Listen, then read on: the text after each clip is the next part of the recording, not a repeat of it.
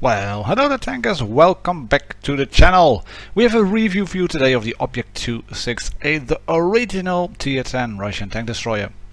I was actually looking at some older videos for World of Tanks Blitz. One of them is on, I think, the EU channel. There's a link in the description below, which is a tutorial on Blitz, or basically, how to play Blitz, how to set it up, how to do the tutorial and all. And what I found quite funny to see is that there were just 3 Russian lines back in the days, and this one, the Object 268, is a 640 Alpha gun based on the ISA chassis. It's basically the heavy tank chassis, turret lobbed off, superstructure set on top, and it can really go around the battlefield. It's a classic one. It is a vehicle that deserves a place on the channel, so that's why I started to do a review on it. And here's the result. I am currently on the 704 on my main account. This is all played on the press account. As you can see, I will include some comparisons with the Object 704 as well, especially on the ARMOUR profile, because well, for me at least, I had to work around the ARMOUR profile a bit. I was expecting the tank to be very bouncy from the moments that I had encountered it. And upon reviewing it and looking at it and taking a look in Armor Inspector, I kind of found out what makes this tank so bouncy and what doesn't, and where the real big issue lies when you come from the 704, which is down there as well at 1500 hit points, Tier 9 tank destroyer. When you come from the 704 and then you move into the Object 268, you would think SU-152, ISU-152, 704, 268, it's all the same playstyle. Well, yeah, more or less it is. It is a big gun, it is a Russian gun, it is a gun that is not meant to snipe at from the back, because it isn't really accurate, but it has monster penetration values. It is a really hard hitting gun, and it is a gun that you have to use up close and personal as much as possible. It has a useful HE shell as well, and like I said, the 268 has a, well, wonky armor profile. Really, you can bounce shots with it, as you can see, and you will have no problems going through the fronts of most of the tanks you will face. There are weak spots on every tank you can shoot at, but yeah, this is a tank destroyer, beast mode, as I've subtitled this one. That's what you can do in the tank pretty much. I'm sorry for the lack of sound on this one. I've lost the original replayer, so I couldn't get it up again, but I wanted to highlight this one anyway because it is a game on supremacy, where you could see I was basically holding the flank, an excellent supporting tank, the 268. Use that alpha to help out with the heavies. You can see it goes around fairly quickly. It is vulnerable obviously against other tier tank destroyers, but yeah, you would expect that. Just a bit too late to kill the Jagdpanzer E100, but hey ho, there is still an IS-7 sitting at the back. That's how you play Russian heavies. That's how you play tier 10 top tier heavies in supremacy. You sit them at the back in a bush, you can bush, and you hope for the best. Other than that, if you're new to the channel, hit that subscribe button, turn on the notifications, and you will never miss an update. I publish regularly guides, reviews, tutorials, lots more to come. So if you like the content, please click on the button and we will all be very happy tankers. As you can see, here's the results of first class, 4.5k damage, easily done, I think, in the Object 268. If you just play it fairly carefully, retaining your hit points, you can do 4k games easily, non-stop basically. Right, what do you have then? Stats and numbers. You can see DPM, middle of the pack, not as good as the 263, but on par with most of the 640 Alpha guns. But this one, shell velocity is a bit of a problem. I've mentioned already, this is not a tank to snipe, and its shell velocity on AP doesn't really work. You do have, well, not the best dispersion in game. Some of the other tanks have it even worse than you, but your aim time isn't really quick. You don't have a turret, so you can't really set up as good as other tanks with the turret. But looking at all the stats, some of the tanks have it, do things better than you. You have a few things that you do better. So it's a very balanced tank destroyer. It did get a pretty significant buff, however, and that buff was mostly in the traverse left and right of the gun because it was a very small gun arc. That made it hard to play the tank, to set it up, to wait for a shot to be available because you would blow your CAMO rating, and yeah, you had some added gun depression as well. It got from -5 to -7, which helps a lot because that hides your fairly weak roof. That roof is easily overmatched by any tank of the big guns at tier 10 you will face. FVs can go through, another 268 can go through, other 640 alpha guns they will go through because that roof is very weak. You have the rangefinder on top, going to show you in just a minute in the armor profile. But you can see if you use the tank setup like this is what I'm doing at the moment. Calibrated shells, supercharge, and of course a vertical stabilizer. Makes the gun very worthwhile. Well, here's the armor profile. Going to take a bit of a longer look at it. You can clearly see the IS-3 lineage over there. It's 120 at the front, pike nose is there. You do have a fairly weak roof, as you can see here, and the back is even worse. Only 30 mils. That's HEable even by, I think, tier 5 tanks. And there's a few bits of spaced armor on the side, and the rangefinder left and right hand side is actually spaced armor as well. So if you do face a 268 and you're thinking, right, let's switch on the heat so we can easily kill him on the rangefinder, not the best idea. If you hit the left and the right side due to RNG, you will fail to penetrate. The driver's hatch is obviously a weak spot as well, but this is the armor profile, fairly good. When you look at it from the perspective of a Leopard, this is what you get: sides, rear, and the other side penable. But the front is like an IS-8. You have to use this up front. That maximizes the armor effectiveness. Lower plate can be panned. It's not at a really good angle, so you have to hide that. And if you would drive the older 268, like this one with just -5 degrees of gun depression, this is what you would face when you were driving a Leopard.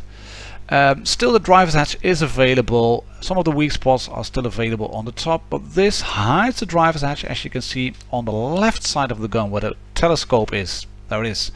Still easily penetrated, very much a weak spot. But wiggle the gun around a bit, you will get a shot on the gun from time to time. Wiggle the tank around a bit, like I did on that 704 on Black Goldfill. It will bounce. I've bounced shots from grills, from other Object 268, 704s. They will bounce on that gun mantle. It's not a really monster like the 704, which is preceding this tank in the line, but it's still very, very good. Right, if you then take a look at the Object 704, you would think, right, this is a far worse armor profile. And up front, yeah, it is.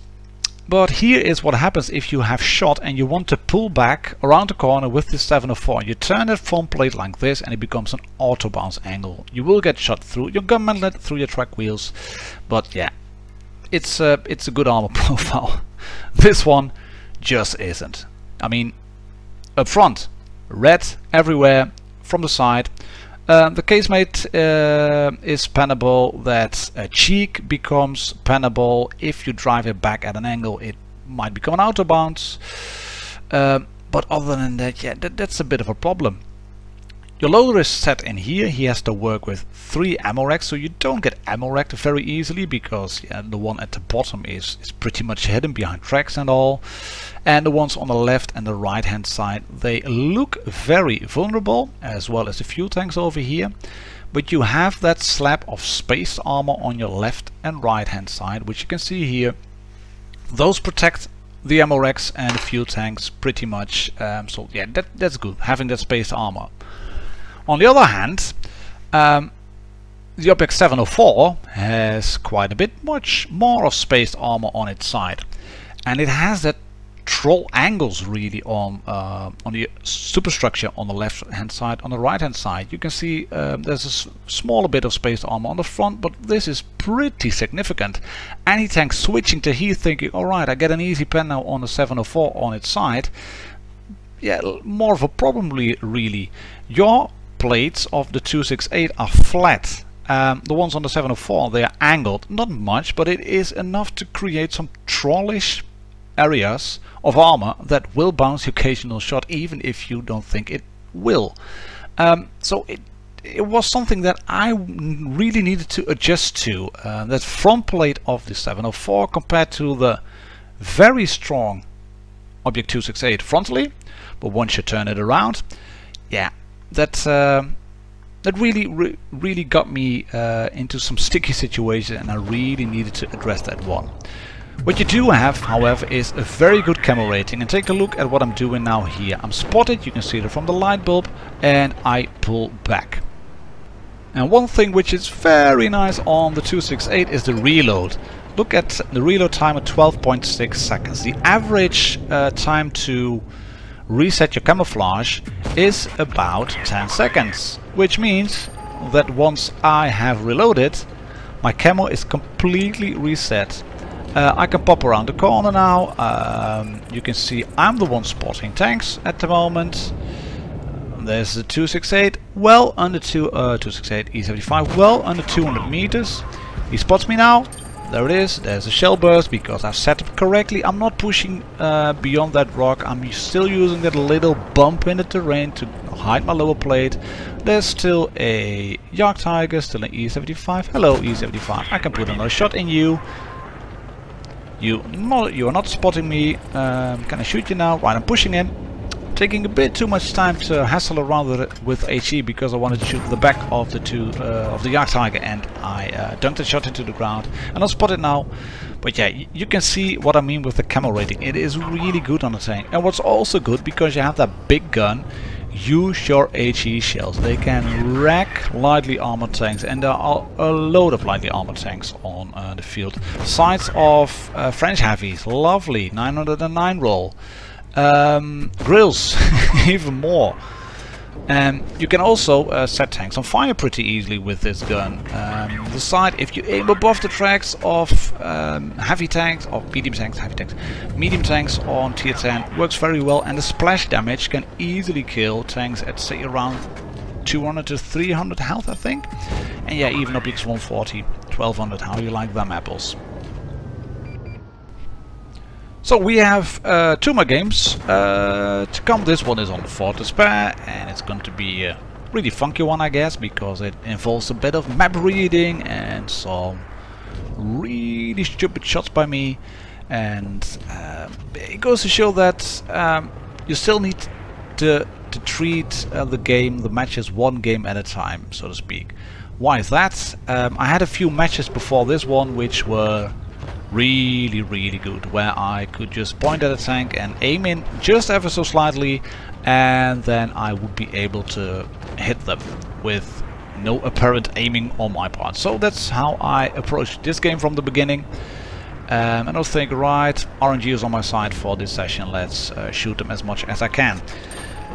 But you can see already here we are getting flanked. There is a Conqueror, there is an E100, and there is a grill on that flank.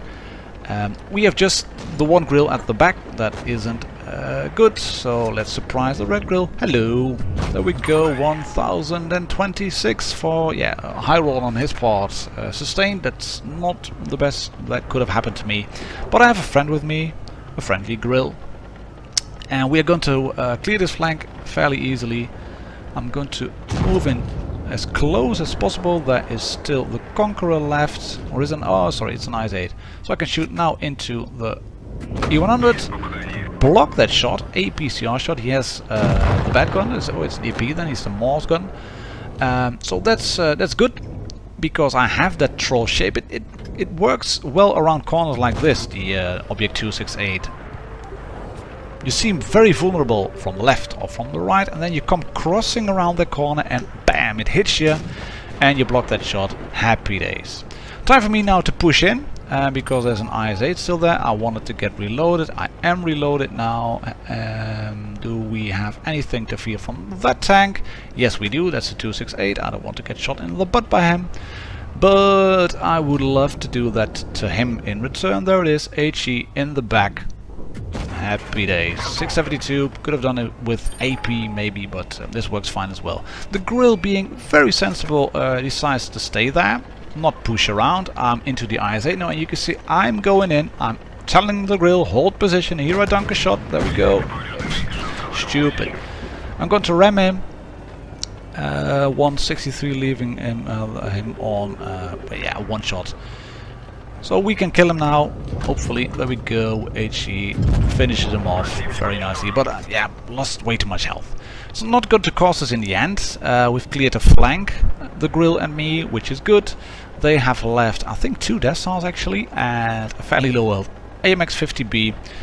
But you can see this is, yeah, the Object 268 in a nutshell. It can go around the flanks fairly easily. It has a very big gun, which you need to let it settle. You have to aim him properly, which is always good in a tank. But some guns work around the RNG just a bit more than this one.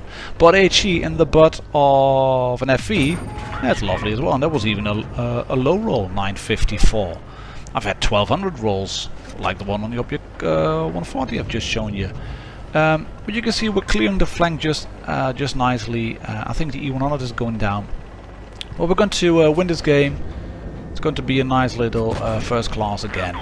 And at least after the team results and the result screens for this one on Fortress, just the game left on False Creek.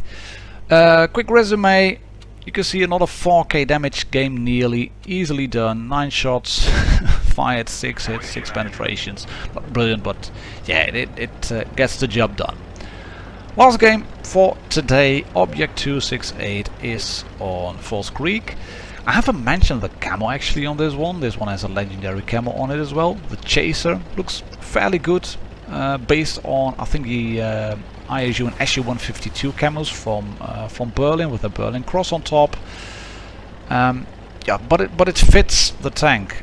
Even the birch beam on the back looks good, better in my opinion than some of the other camos, and I quite like the legendary camos at tier 10. They make the tanks look like real tanks, which is better than just fake tanks.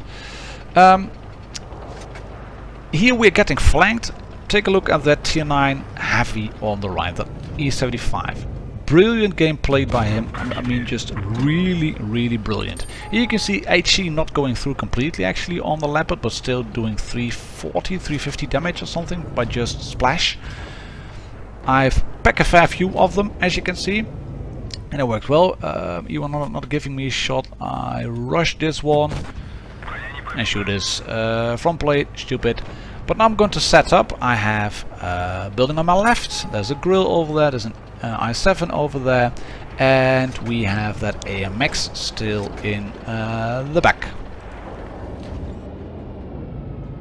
Right, another chance at the E100. You can see 672 roll, just AP, works very well with the calibrated shells. But we're in a bit of a pickle now here. E75 still holding out very nicely. There's the Grill. I'm worried about the AMX. He's popping up now. So I try to do HE, switch back to AP for a low roll actually, which is unfortunate. I'm on heat at the moment, didn't realize that actually. Oh, I did, I wanted to shoot the I7. HE to finish off the AMX, and this shot, it goes in, and we have now sort of cleared the flank. Luckily, the E75 manages to bounce the Grill, so that's the target I'm going for. HE, wait a bit, he's rolling, don't want to shoot his gun, so on the left side of the gun shield, he's on 58 now, and it's a one shot even with the HE for the E75. And you can see what I'm doing again, it's the same as I did on Castilla. I move back into cover behind the bush, and as soon as I fire, 1, 2, 3, now I'm spotted. That meant that I was able to reset my camo behind the building, behind the bush, pop out only when I'm reloaded. There we are, we're reloaded again, and we can go in now onto the E75, bounce on the pike nose, but we're still keeping him on that spot really. It's just the E75 and me holding the flank against the Grill and the I7. Yes, Mr. T54, I would love to help you, but I can't. E75 takes out the Grill. That means I'm charging in now onto the I7. Not completely, because I am stopping here, making me think I'll shoot him, drive backwards and get the bounce. Lovely stuff. I can now go in, put a shot into him through the front, and I should have pushed forward here onto him, helping my E75, saving him. He is taken out by the I7 now, which is unfortunate, but yeah, can't have them all. Not a shot, bit lucky because I just missed that front plate, front peak of the i7. You can see that is the easy pen. He didn't even have to aim in properly. He went through, I got a bounce, I got penned once. Heat through his front plate takes him out. And now I have a bit of a problem, because there's 2 tanks left and I haven't got a clue where the E100 is. He was somewhere around where the FV was, but I'm not sure where he was heading. I'm not sure where he's pointing. I'm not sure if I'm spotted still, so I decide to go onto a flank really, and at least position myself in a hopefully favorable position against the edge of the map. I could take a shot from the E100 if he rolls low. I could take 2 shots from the FV if he shoots APCR or the heat gun. If he does hash through my sights, I'd be done for. And HE through the back or the side of the E100 would kill me very easily as well. And I now know where both of the tanks are. FV is on the cap, E100 is in there. He's 2 shots from me, so I would need at least 3 shots to clear this, and it's 36 or 24 seconds reload, bit of time of setting up, so yeah, time is becoming a bit of a factor here. But you can see I'm again using the CAMO rating. Hello E100 again. I want to get shots in onto the cap first, and by the looks of it they are both on the cap now, and I can see from the count, you can see 45, 46, 47, 48, it's moving up quicker, so that means they are both on the cap. That's lovely. Now I know where they both are, and hopefully I can get a shot first in on the FV, because he's been on the cap the longest. Doesn't materialize, no one's popping as I round the corner of the building, but there's an E100. Hello. Can I shoot you through the lower plate? Yes, we can. And here I make a bit of a problem. I nearly stuffed the match up. I should have waited. I didn't wait. I get shot by the E100. There we go. And I miss a shot on the FV. He is on APCR luckily, so that's 1 bounce. Thank you very much. Can we get a shot in on the E100? We have just about the same DPM and amount of shots per minute, but yeah, I missed that shot. Should have switched to heat. I didn't. I do now. We can put 1 through his cheek, hopefully. There we go. Amen. Thank you for presenting me the front of your turret. And shall we just charge in? Yeah, let's try it anyways. Death or glory. Lovely bounce, lovely bounce. By the FV, he's on 350. He's a 1 shot for me. Not going for HE, just going for AP rounds straight through the sides. No problems whatsoever. A bit lucky in the end, I do admit it, but it was an ace game, just shy of 6k, oh well, just shy, 5.6k damage, well done, 15 hits, 11 penetrations, worked fairly well, and of course a fair few cap reset points. So that's it, ladies and gentlemen, tankers of Blitz Universe, the object 268. Drive it wisely, use the big gun, use the possibilities of HE ammo, because that works really well, and above all, be the supporting, brawling beast mode tank that it is. I hope you've enjoyed the video. Please leave a like, subscribe to the channel if you haven't already, and I'll catch you on the next one. Cheers and happy tanking!